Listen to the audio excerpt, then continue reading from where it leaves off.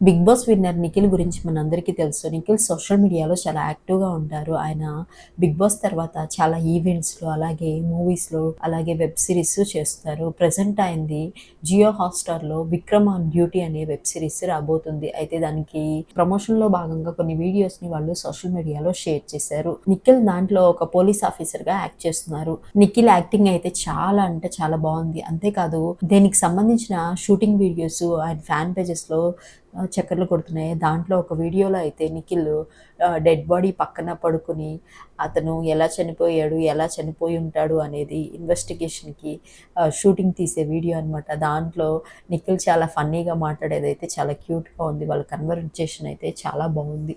ఆ వీడియోస్ ఏంటో మీరు చూసేయండి. ఒకసారి టీ అన్నావు అనుకో, అదే కత్తి తీసుకొని కస్సా కస్సా కస్సా అని నరికేసాను.